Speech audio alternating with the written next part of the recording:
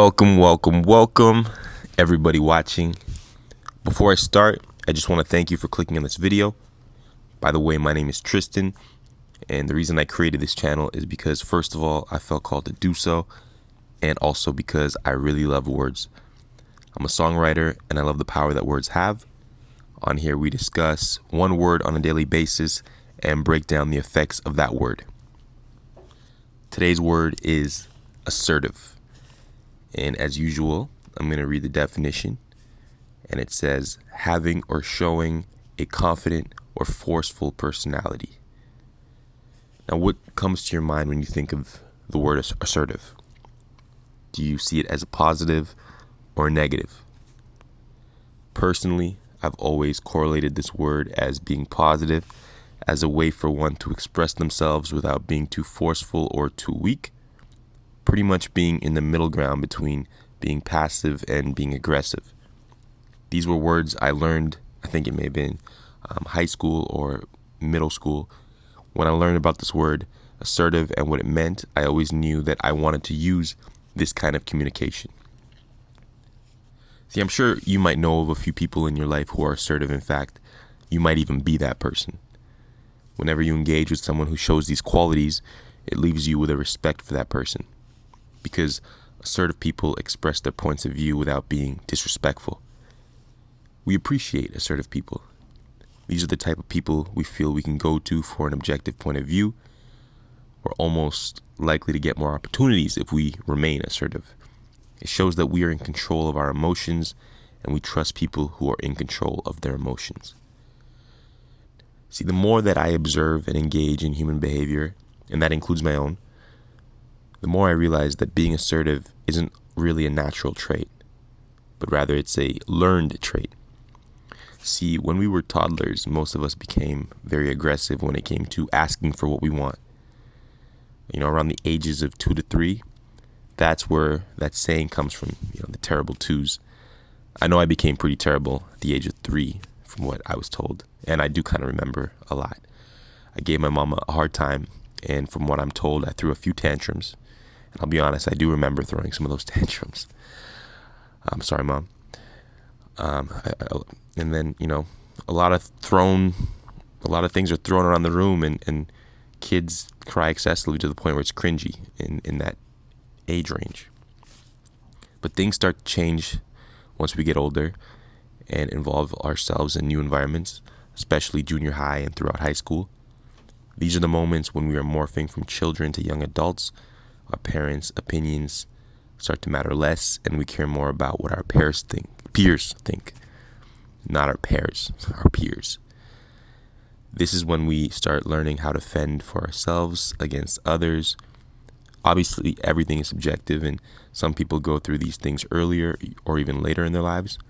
But for the most part, at this time, our social lives become a popularity contest, and bullying becomes a factor. And being the coolest person in school is the ultimate dream. This really just prepares us for the so-called real world that really is no different. School is just a smaller ecosystem. But back to the point though. See, those years in school showed me that most people in this world are either passive or aggressive when it comes to their behaviors. Most either let people run over them and don't ask for what they want, or they run over people to get what they want. And then you have a small few who are confident and assertive. They see the big picture and go after what they want in a direct manner without losing their integrity. The thing about this world we live in, though, is that a lot of times we're told to be very aggressive to get what we want. We have to be so selfish that we hurt others in order to be first. What they forget is that in this life, you reap what you sow. See, most people know this statement as karma. And trust me, I would know. I've been all three of these words, passive, aggressive, and assertive, and I've always reaped any actions that I've sown.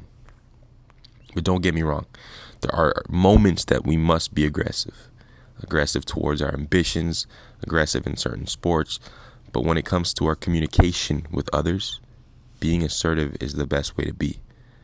I think that we make assertive people for being, we mistake assertive people for being aggressive. A lot of leaders that we see, we see them as aggressive, but in fact, they're actually assertive.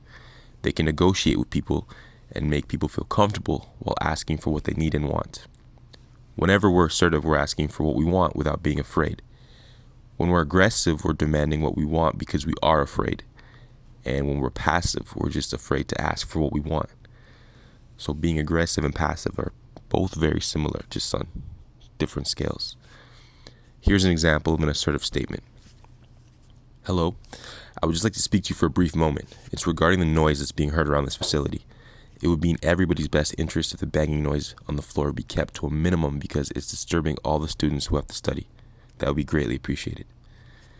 I'm sure a lot of you might be thinking, who has the time and patience to say all that? But trust me, it would make a world of a difference. What makes that statement assertive, you might ask? Well, you respectfully approach the person with a greeting, address the issue, and provide a solution without pointing blame. That leaves the person to be more conscious of their actions, which are affecting those around them, and because of your assertive approach, they will reconsider your actions because people value respect. Obviously, some people are strictly out to be a disturbance, and at that point, it's now out of your hands. This is when we might be tempted to be aggressive, and this is only because of fear. We've become angry, and at the same time, we're a little fearful of what this person might be capable of because they have ignored our request. We still have to remain assertive when this happens. And of course, that can be very hard. I know I've struggled with this a lot because it can be hard to communicate our needs with other people. And it's because a lot of times people have their own ideas of what's best for us, and we constantly have to take a stand and let them know otherwise. Now, if you live in or have been to a major city, then you may have to respond to people who approach you to join some sort of club membership or sign up for some sort of credit card service. And right then and there, you have to decide how you will respond. Let's say, if you're saying no, how you will respond to their question. If you're passive, you may end up having to answer more questions because they can sense that and they'll try and gauge you in. If you're aggressive, you may end up in a bad altercation with your response. Or you can be assertive and keep the conversation short and sweet. And that's all I have for today's word. If this video echoed in your spirit, please like the video and become a subscriber to the page because I really want to continue and do this again. If you have any questions or thoughts, share them in the comment section. I will be more than happy to read them and engage with you. Again, assertive has been today's word. With that being said, it's in our best interest to be more assertive in our communications, direct and confident. So like, share, and subscribe. It means a lot. And have a blessed day or night wherever you are. Peace.